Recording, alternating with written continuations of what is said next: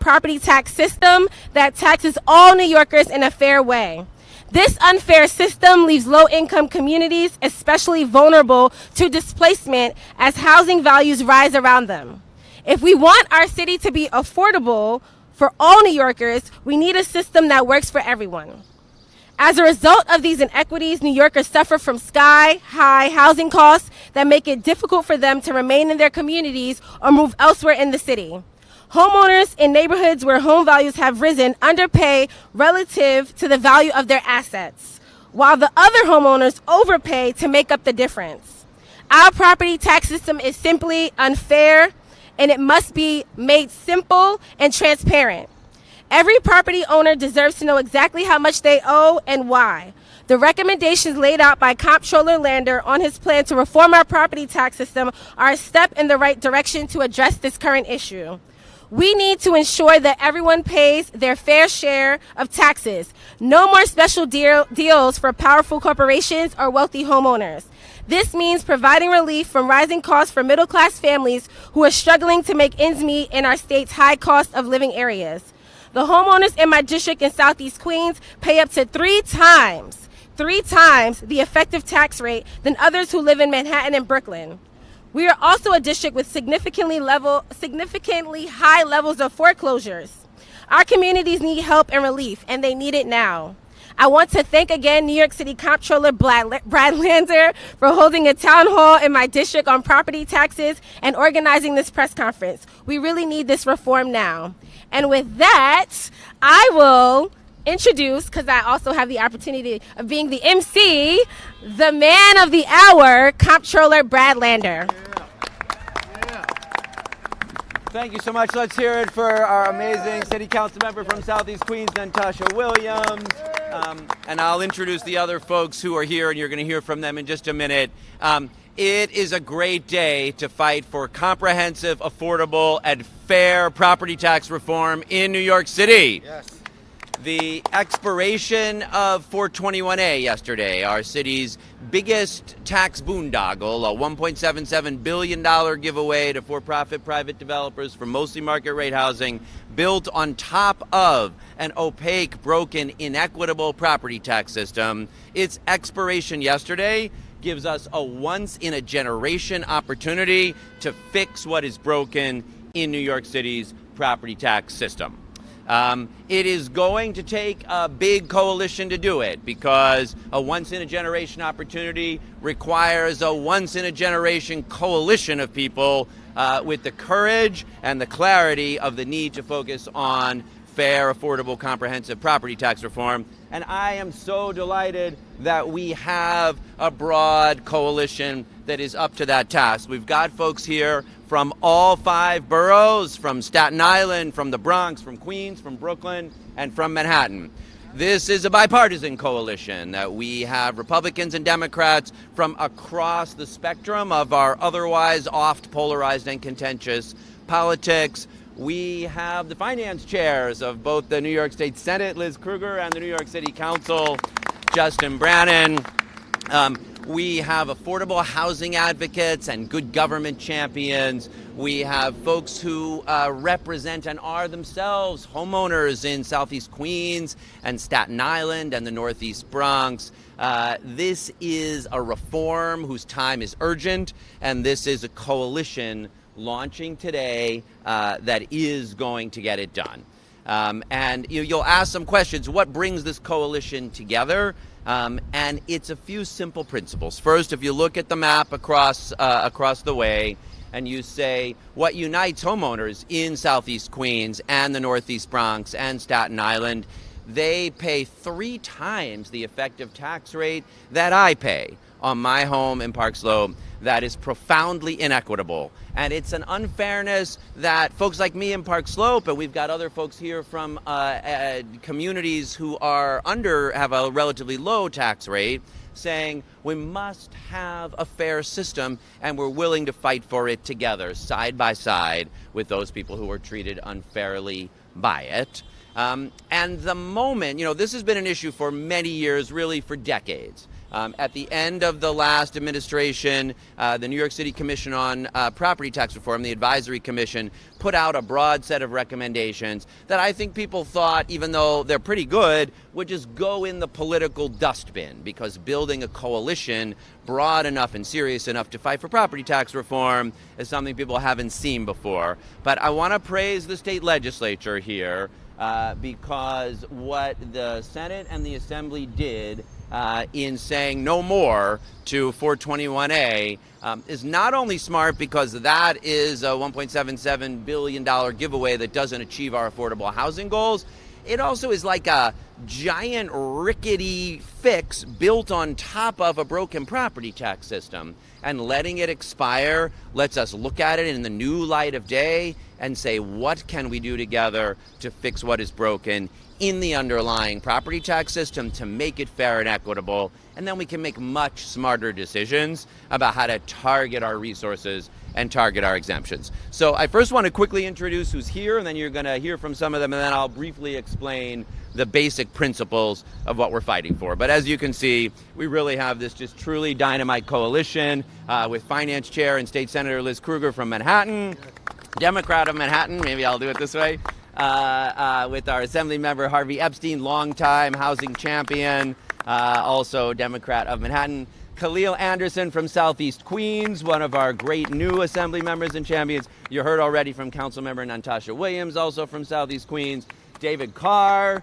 Republican from Staten Island, Kevin Riley, who we did one of those town halls Natasha spoke about in the Bronx, and the set of black homeowners in the Northeast Bronx, clear about how unfairly they're being taxed and how it's risking pushing them out of the city despite what they've invested, was really powerful and clear.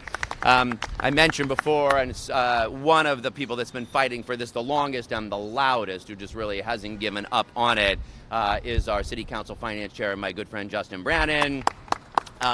We have Brian Kavanaugh, the Housing Chair in the New York State Senate, and somebody who worked really hard on 421A expiration and is really thinking seriously about how we move this forward.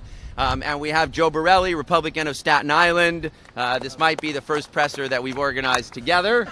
And then we have a great set of advocates, Ellen Davidson from Legal Aid Society, one of the great affordable housing champions, Derek Perkinson from National Action Network, and a few people sent regrets, including Martha Stark, who's one of the leaders in the lawsuit against the property tax system, calling it out for its racial inequities.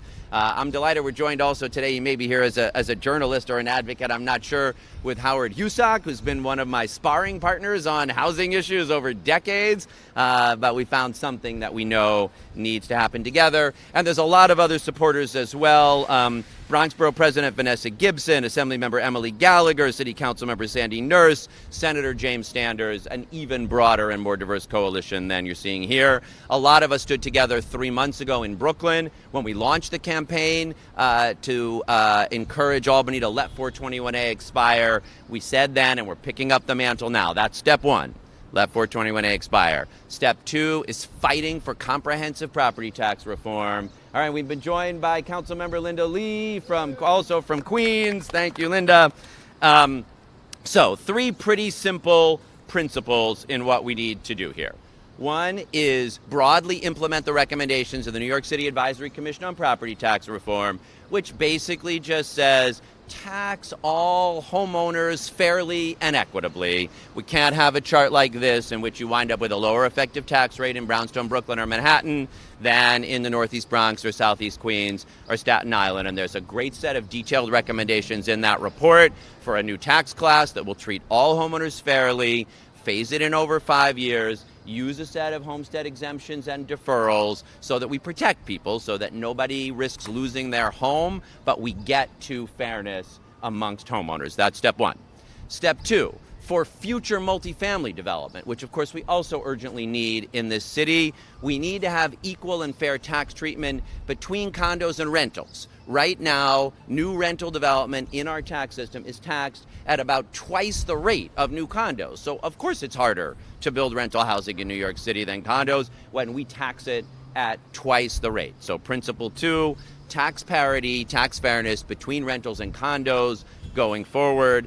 And then that'll mean step 3, we can focus our affordable housing resources on genuinely affordable housing, give our affordable housing agency, the Department of Housing Preservation and Development, the ability to underwrite each deal and look at what's really going to be affordable, look at the costs, and give out targeted tax incentives as part of underwriting deals for genuine affordability for the New Yorkers who need it most. 3 pretty simple principles that have united this extremely broad, bipartisan, 5-borough diverse coalition coming together to fight to make property tax reform happen. Let's get it done. We build this coalition. We put the details on the table. By the end of the year, we believe we can have a clear set of proposals that the legislature can pick up when they come back to work, and we can do something that has been needed in New York for decades, and that will help set us on a fair, affordable, stable, and thriving path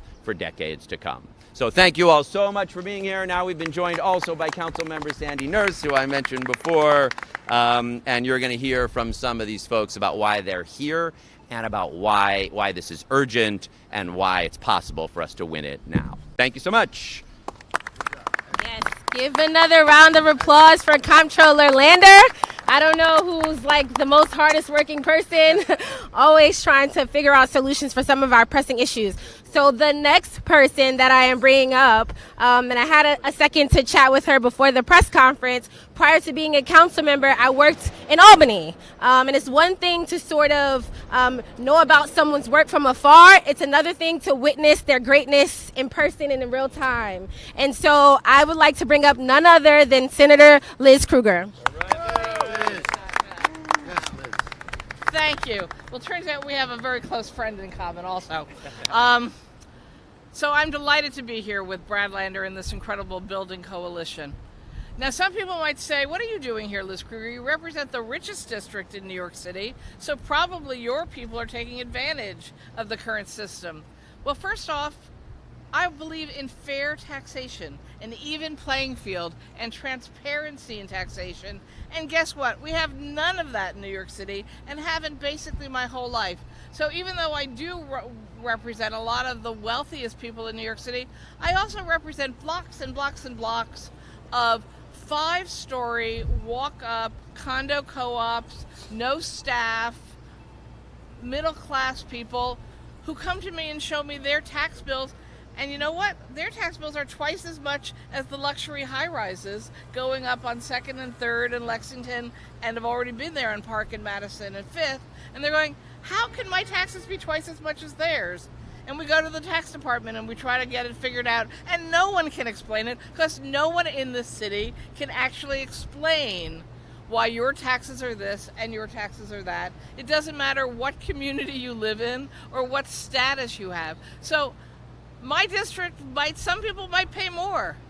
They're not screaming about that. They're saying, I want to be able to understand it. I want to understand why mine is so different than theirs and theirs is so different than theirs, because none of this makes sense. And when people can't understand taxation, they're sure there's a scam going on. And I don't know that I can prove that's not true, by the way. So I need a fair, transparent, even playing field tax system for everyone in New York City. Second, heavily what Senator Lander, Comptroller Lander, was talking about. We're desperate for more affordable housing in the city, desperate for the right programs, the right solutions. It costs, realistically, a minimum of $500,000 to build a new unit of housing in today's market. If we make our taxes fairer in rental buildings, who disproportionately are paying sometimes as much as 50% of their costs in property taxes, if they're paying fair tax rates, and we in Albany work with the city to make sure if your taxes go down, the renters get the advantage, not just you, the owner, we can increase the number of affordable housing units in New York City literally overnight. Just literally overnight, rental housing will become more affordable in many communities of our city, which won't be $500,000 a unit and 5 years for any given unit, right? We can be really turning around the storyline for lowest income people who are most in trouble and change the face of what's happening in these rapidly gentrifying communities where people are being pushed out of the neighborhoods they have lived in, they have raised their families in, they have fought for improvements in, and then discover they can't even afford to stay there anymore. So this is a win-win. It will require the city and the state to work in coordination. I'm here with some of my colleagues from Albany, and I know that we are all committed to helping the city elected officials come up with the best plan for the city of New York and move it through Albany. So thank you very much. Thank you. Thank you. And as a council member, I'm excited for that jurisdictional partnership, right? We know we need the state to act so that we can do our job in the city. And so with that, I will bring up my sister here. We are both co-chairs of the Queens delegation. We also have the Jamaica Avenue caucus. We share 2 neighborhoods. So Councilmember Linda Lee. Woo! Avenue too. We should have, on the Brooklyn side. Yes.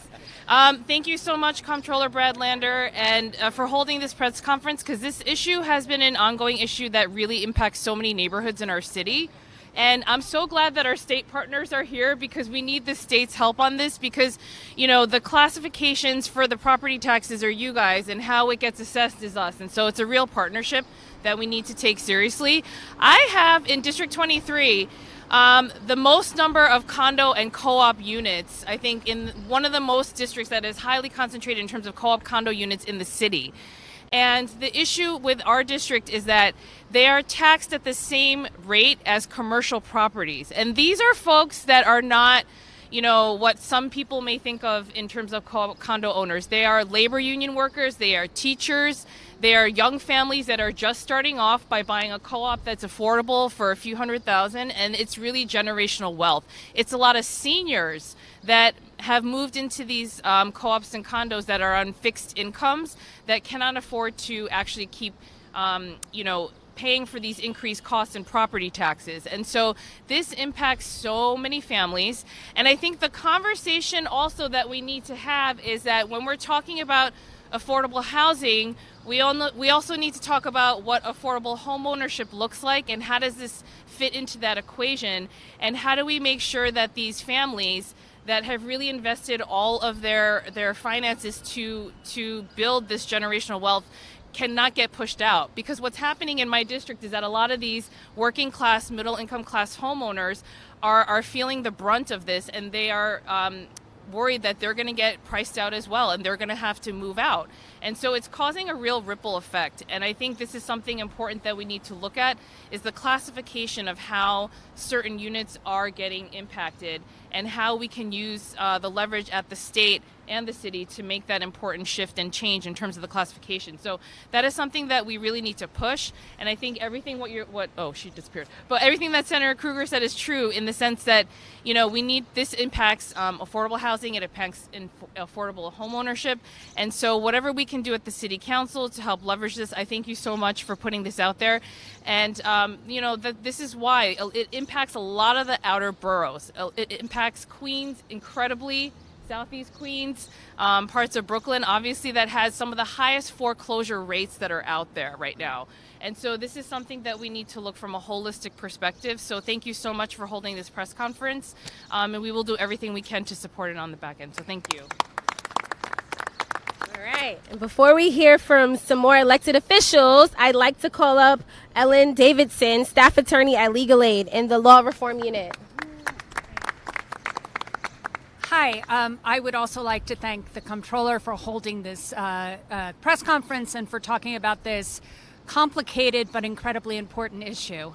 I'm a tenant advocate, and normally when we're talking property taxes, you don't think that the tenants have much to say. But let's be clear. The system that we currently have, makes the poorest New Yorkers, who are the renters, pay the majority of taxes because multifamily buildings are taxed at a much higher rate than home ownership is. And when we look at the city, we see, according to the HVS, the most recent HVS says that the median income for tenants is $50,000. The median income for homeowners is over $90,000, almost twice as much. And yet we have a system that prioritizes homeowners, and I get why, but it means that the poorest New Yorkers end up having to pay taxes that are passed over to them by rent increases by landlords. You just have to go to the RGB and you'll hear the landlords pleading for very high rent increases based on the taxes they have to pay. And who pays that? It's the tenants. I also want, the fact that we, in the last 4 years, added 100,000 units at $23,000 according to the HVS, and lost 100,000 units at renting for under $1,500 is another reason why 421A must stay dead. I've seen it die before, and I've seen it come back to life. And so, I'm glad it's gone, but we have to make sure it dies, because the way the 421A was created and designed, it was designed for the affordable units to only be affordable to people making six figures. We have less than a 1% vacancy rate for units of under $1,500, which is what most poor New Yorkers need in order to afford housing. And yet we gave billions of dollars to developers to build housing at prices that people who need the housing couldn't afford. So I just urge everyone standing here that we make sure that we put a stake in the heart of 421A and bury it and, stomp on its grave. Right. Thanks. As a new council member, I'm always excited for historical context. I did not know 421A died before, so let's not resurrect again. With that, the zombie tax break. So with that, I will introduce our minority leader, my colleague, Councilmember Joe Borelli. Thank you, Natasha.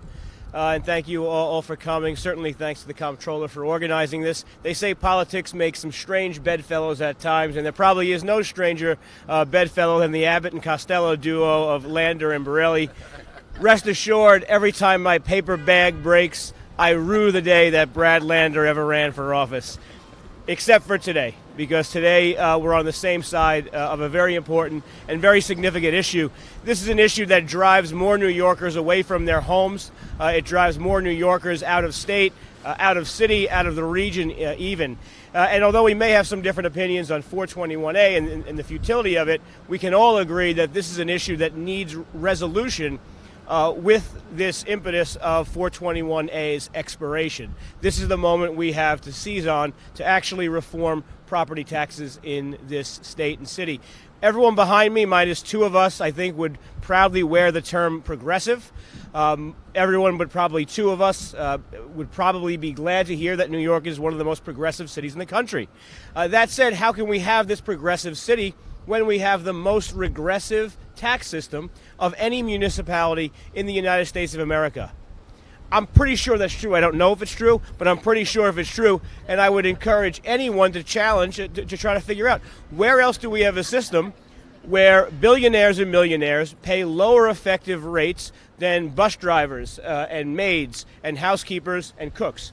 This doesn't exist really anywhere else in the United States of America. So it's a shame that a city that prides itself on being progressive would continue this system in perpetuity. So I'm glad to be a part of this coalition. I'm excited to see some momentum on an issue that affected so many neighborhoods. You look at that map, you know that people in the dark blue have been talking about this for quite a while, and it's great to now have allies in the yellow and green portions of this city, because without them, frankly, this would not be advanced downfield at all. So thank you guys for coming. Thank you. Also, you can get those great reusable bags. One thing that Councilmember Borelli actually didn't mention, and I just wanted to thank him again for fighting for the property tax rebates. And again, as we continue to say, this is a bipartisan issue. It's not a red issue, it's not a blue issue, green issue, it's a people issue. And this is about equity and fairness. And that said, I'm going to bring up Councilmember Justin Brannan, our finance chair, as I lovingly call him, my boo. Thanks, Boo. We're actually here today to announce the summer blockbuster of the property tax reform Avengers.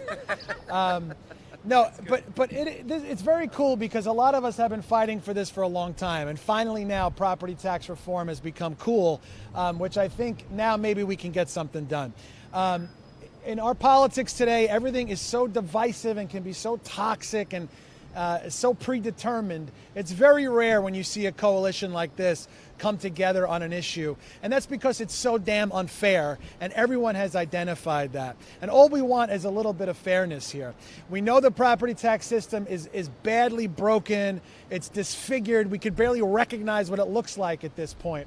We do know that millionaire brownstone owners are paying less in property taxes than people in my district with a two-family attached home in Diker Heights. It's not right. Everyone knows it's not right. It's inequity hidden in plain sight. We don't have to go looking for it.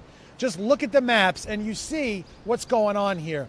We finally have some momentum here. As Natasha mentioned, Councilman Borelli and I fought really hard to get a property tax rebate in this year's budget combined with the state property tax rebate. And that's really in recognition to the issues that were brought up today by Brad and also by Senator Krueger, and that this is about the fragile housing ecosystem that we have and the role that property tax plays in that system, right? This isn't just about homeowners. It's about the whole trickle-down effect that it has on the pressure cooker of our fragile housing ecosystem. So fixing property taxes is imperative. We've got the will. De Blasio put out the report that basically told us that water is wet. Now we have to go and get it done. So I'm proud to stand here with colleagues from all 5 boroughs, all the parties, all different ideological persuasions of the different parties. We're all in agreement. Property tax reform's got to get done, so let's get it done. Thank you. The next person that will come and talk to you all is none other than my Southeast Queens little big brother. So I kind of call him my little big brother. Assemblymember Khalil Anderson. All right. Thank you so much, Natasha, and thank you so much to our comptroller, Brad Lander, for taking on an issue that's often not super sexy, but can mean saving our New York families so much money and so much resources. So what Brad Lander, our comptroller, is putting together here in this very diverse coalition is ideas and an opportunity to help relieve working class families here in the city of New York. We have a system that works for the wealthy, but does not work for the poor and the working class. And here's our opportunity to rebalance the scales, to make sure that we have a just property tax system here in the city of New York, so that as we're unfortunately losing people time and time again to other municipalities and cities that have fairer tax rates in their minds, and that's a whole nother thing, I'll get into that. We have a real opportunity to save working class families and keep them here in New York City by doing this and doing it right. There's a real urgent need for us to ensure that working class families all across Southeast Queens, all across the district like that I represent in Southeast Queens, to have a fair and equitable system. And so I'm committed to working with Comptroller Lander and making sure that this coalition truly delivers on the balanced approach that he has sought to bring us all together for. One of the best things that we could have done during this legislative session was allow 421A to expire. Yes. Because this was a giveaway to the already wealthy and the already well-off. And we now have a real opportunity to give back to the working class families that are the lifeblood of our community. So thank you so much, Brad. I feel heard, and I thank Brad for his leadership on this issue, and let's continue to fight. And Natasha. Thank you. I know. I'm like, how did I get signed up for this? All right. With that, I am so honored to bring up Councilmember Kevin Riley, who's also co-chair for the Black, Latino, and Asian Caucus. Thank you to my colleague, Councilmember Natasha Williams, my former colleague, Comptroller Brad Lander. If you look at that map, all the way at the top, there's one little area that's really, really blue that pays 4 times more, and that's my district in the Northeast Bronx. My mother migrated to this country in the early 80s. She bought her first property, her only property, in the early 90s. I just got married recently to my wife who's from Bed-Stuy, and her family owns a beautiful brownstone, but they pay way lesser property tax than my mother, and their house costs way more than my mother's house. So if we both went to sell our properties today, they'll be getting way more money than my mother would be getting, but we pay way more property taxes than they do. This is a serious issue that's pushing a lot of people from my community. I have a lot of people who migrate from Jamaica, Dominican Republic, other Caribbean countries around the world that came to my district to buy property, to have generational wealth that they can pass down to their families, and they're leaving. They're leaving because they cannot afford the property anymore because the property taxes in this city are ridiculous. It's truly unfair, and we have to have property tax reform. And I truly am proud to stand here with my colleagues in government. Thank you, Comptroller Brad Lander, for coming to my district. As my friend and my colleague Khalil Anderson stated, I feel like we're being heard. You came to my district, we're figuring out a plan, and we're actually going to address it. So thank you very much.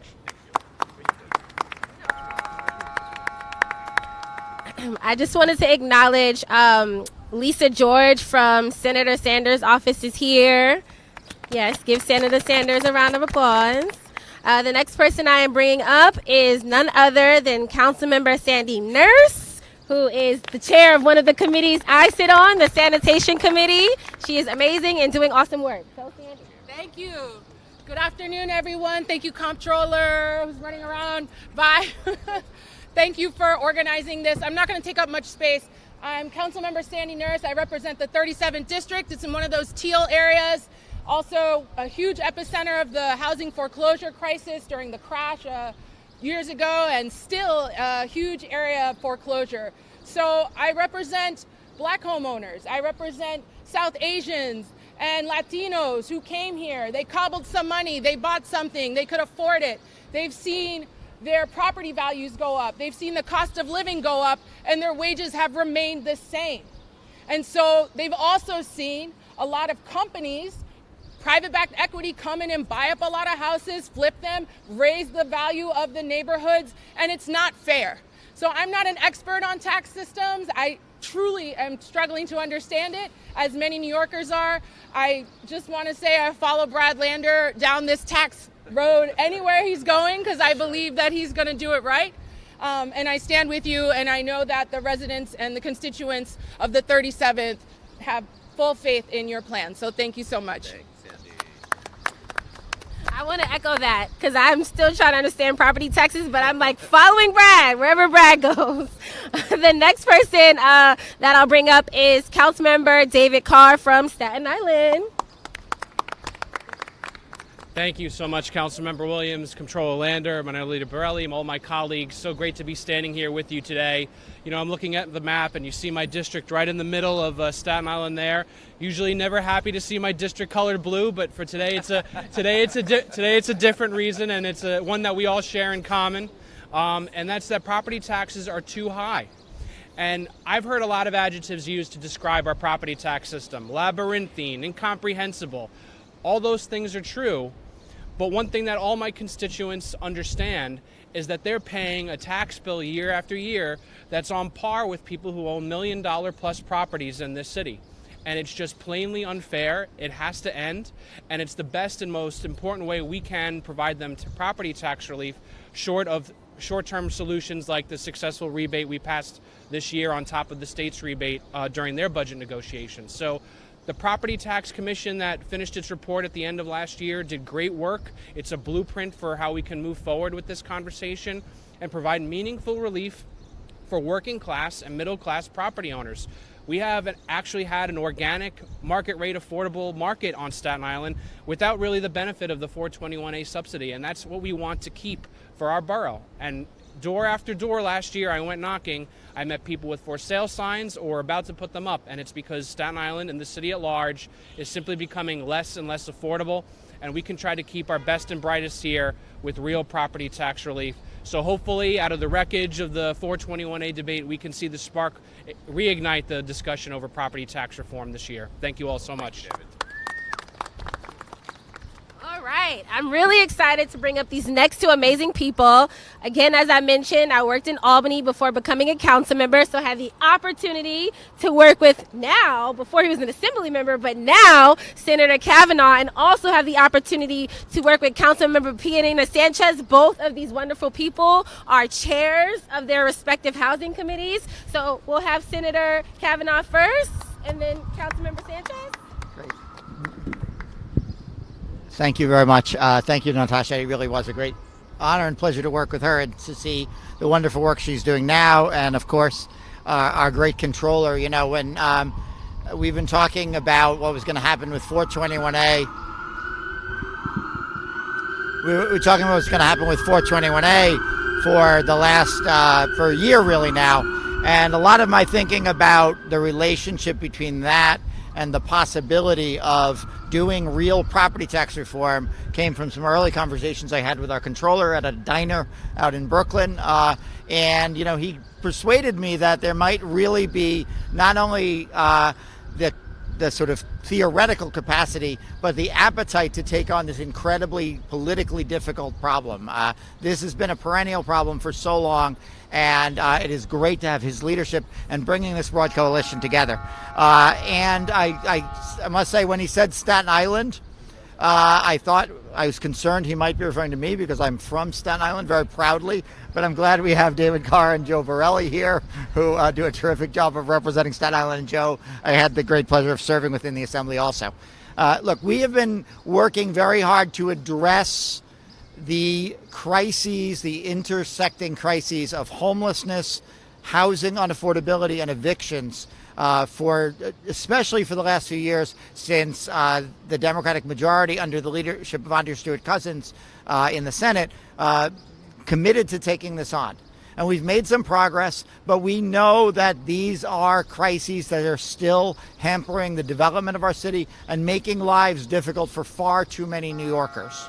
We have far too many. We have 90,000 homeless people throughout the state at any given moment. We have far too many people who are paying more than half of their income on their housing costs and cannot afford the basics of life as a result. There are a lot of things that we're going to need to do that. We're working on additional rental subsidies. We're working on tenant protections. We're working on making sure that the entire New York metropolitan region is doing its fair share of producing the additional multifamily and affordable and rental housing that we need. But it's been underappreciated for a long time just how much the property tax system in New York hampers affordability and hampers our ability to produce new affordable housing. And, you know, the controller said it well. You know, we've built this rickety thing on top of a very messy property tax system, 421A, to try to address that. You know, I opposed the current thing when it was enacted. I opposed extending it in its current form. I joined Alan Davidson in mourning its demise and hoping it stays that way. But we really do need to get the property tax system right if we're going to tackle the housing crisis. So I'm very happy to join this coalition, and especially with such breadth, and hope we can get this done. Thank you. Thank you so much to the controller and to our colleagues for standing together. It's really amazing and wonderful to see that the state is so well represented today.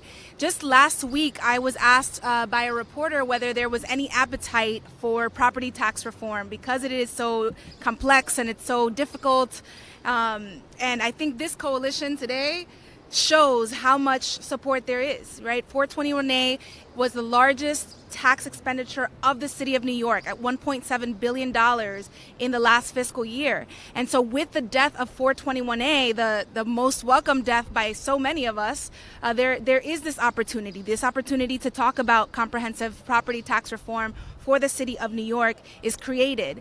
And we have to make sure that when we were having these conversations, like Finance Chair said, the de Blasio administration said water is wet, right? We know the system is broken. We know that the system system is opaque, unfair, and regressive, we have to make sure that as we reconstruct, we are incentivizing what we need to and want to be incentivizing. The creation and construction of new affordable housing, protection of home ownership across the city of New York. It's mind-boggling. My brother lives over there in Kevin Riley's district, and it's mind-boggling to me that they pay 4 times more of the property taxes than other parts of the city, wealthier parts of the city. And so with that, I just want to thank the controller, thank this coalition for coming together. And this is the time. This is the time to have these wonky, complicated, but very, very critical discussions. We're almost there. Stick with us. We're going to have 2 more advocates come before we have the wonderful Assembly Member Epstein close this out. And so with that, I'd like to bring up Derek from the National Action Network. Thank you. Good afternoon now, everyone. I'm Derek Perkinson with the National Action Network. Reverend Dr. Al Sharpton couldn't make it today. He's currently recovering from COVID. Our prayers are with him. Shameless plug. He has a movie coming out Saturday called Loudmouth. Hope to see you there at Tribeca Film Festival. But we're here. We're not here for that. We're here for 421A. And as they say, the death of 421A. Usually we don't celebrate death, but we will celebrate this death and the death of racism if it ever comes. We want to salute Brad Lander. As city council member, he answers the bell. As the New York City Controller, as we see now, he's unearthed some things. He's answered the bell. He has a plan in place, and Reverend Sharpton and the National Action Network stands firmly with the City Controller to make this happen, as well as the other council members, assembly members, and state senators. New York City's outdated property tax system is a driver of inequality, particularly for low and moderate income homeowners of color holding on to the generational wealth they earned. Instead of a tax giveaway for developments in gentrifying Harlem and Bed-Stuy, the city and state should fix the tax system that right now makes black and brown residents in the Bronx and Southeast Queens pay more for their fair share in property taxes than other affluent waterfront neighborhoods. There's a trend across the country for America's poorest neighborhoods to pay the highest effective tax rate compared to the richest neighborhoods who are paying the lowest. And at times, nothing at all. It's time to end that uncivil practice here in New York City, New York State, completely. We stand firmly behind this proposal, and we look forward to see what comes out of it. Thank you. Yes, we love short and sweet remarks. All right, with that, I will bring up Sam Stein.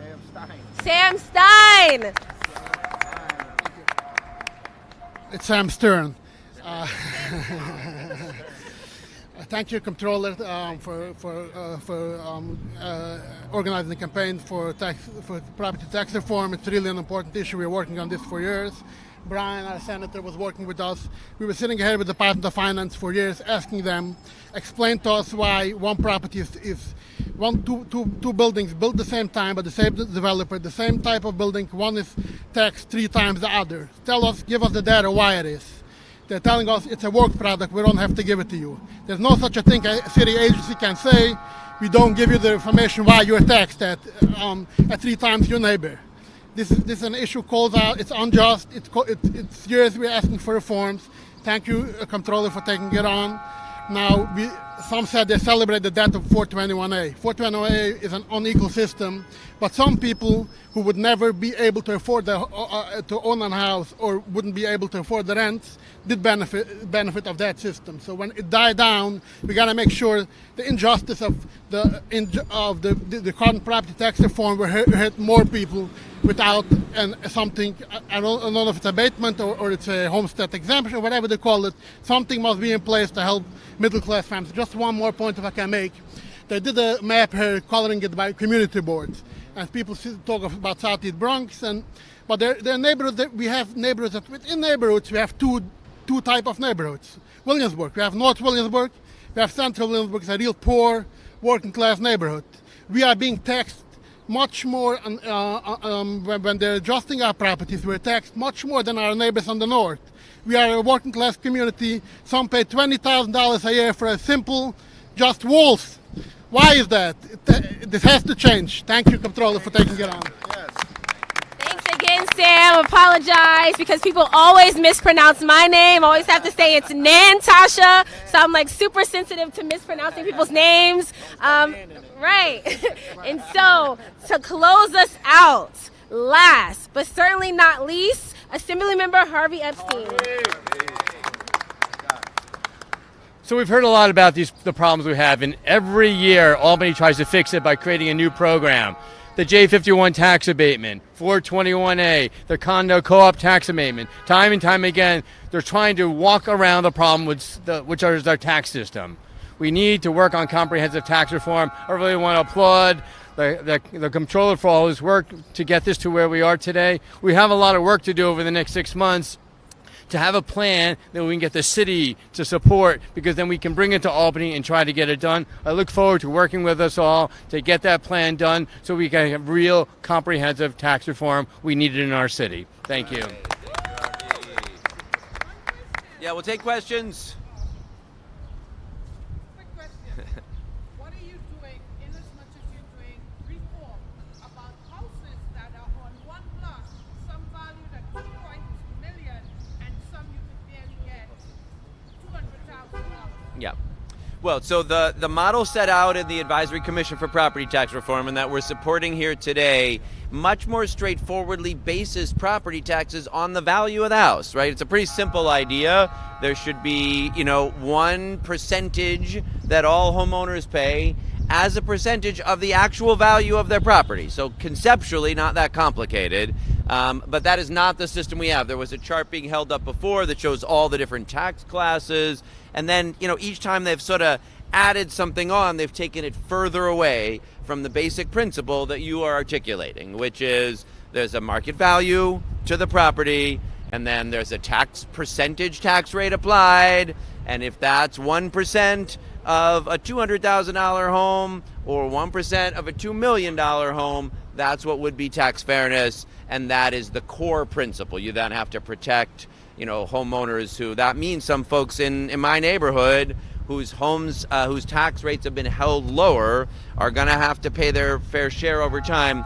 You want to phase that in fairly. You want to protect people who are house rich and cash poor. You might have a senior on a fixed income in what's now a very valuable home. So there's a set of ways of making sure it gets phased in fairly and with adequate protections, a homestead exemption, a circuit breaker. But the basic principle you articulated very clearly, which is that it's got to be fair and based on people's actual property values. Any other questions?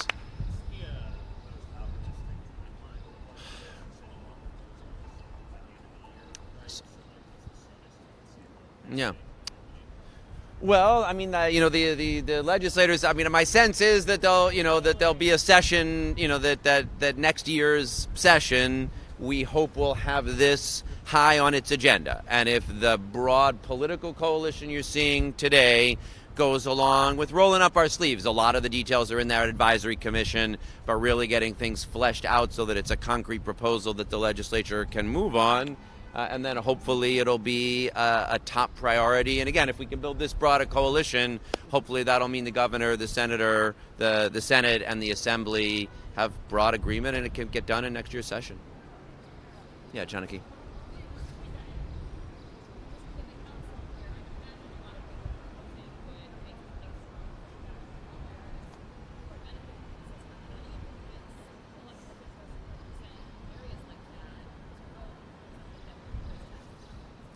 Well, so first I will say you're seeing here today a meaningful number of people. Senator Krueger, Assemblymember Epstein, Senator Kavanaugh. We all represent districts who you can see on the map whose homeowners are relatively undertaxed, who have a lower effective tax rate. There's a few things I think you say. One, the basic principles of property tax fairness are clear, and we believe in a fair city. Second, there are, if you're blessed to have an asset that is very valuable, then doing your fair share is paying the fair tax rate on it. Now, we will have to address the very real issues. As I mentioned, if you've got someone on a fixed income who's been there for many years, who inherited their home, and their income hasn't gone up but their property values have, you have to find a way to protect them. You don't want that person, pushed out of their home. So there is both a homestead exemption and a circuit breaker. And we're looking at possibly also a deferral of some of the new taxes until sale, because you're going to recognize that increased value at sales. So you might be able to defer some of the increase until then. So it's making it work fairly and protect people. It's emphasizing fairness. But look, this is what building a city together is all about. If you can't pay for your schools and pay for your trash pickup and pay for community safety programs and pay for after-school programs, if you don't have a stable, fair, and effective property tax system. It's the most significant, our number one tax. It's how we pay for the lion's share of our services, and getting it in a more fair and efficient place is critical for all of us.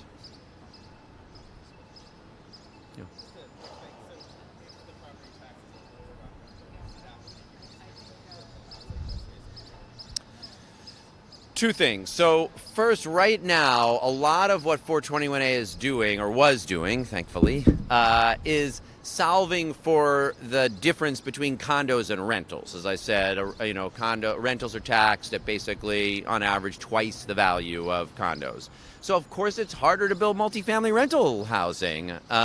So yes, the principle that you have to have for future development, rentals and condos taxed equally. We think that that'll be based on some modeling that Francesco Brindisi and our economics team did, about a 30% reduction of taxes for a new rental development. Like if you achieve parity between rentals and condos, that'd be about a 30% reduction in the effective tax rate on new rental development. So yes, that'll make new rental development easier. That's irrespective of affordability. That's just new multifamily development. In terms of targeting to affordable housing, so that we're actually, 421A, and you can look at the data in the report that we gave out, just wildly inefficient, almost no actually affordable housing from an extremely expensive program. Meanwhile, the Department of Housing Preservation and Development actually does a pretty good job of underwriting individual deals to the actual affordability in those developments based on term sheets that they have. And so what we're saying is, for affordable housing, you go to HPD and they'll be able to underwrite a deal-specific tax break that reflects what your actual costs are of your land, what your actual affordability that you're granting is, not an as-of-right giveaway, but a targeted affordable housing program. Good. All right. Thank you all for being here and sticking around.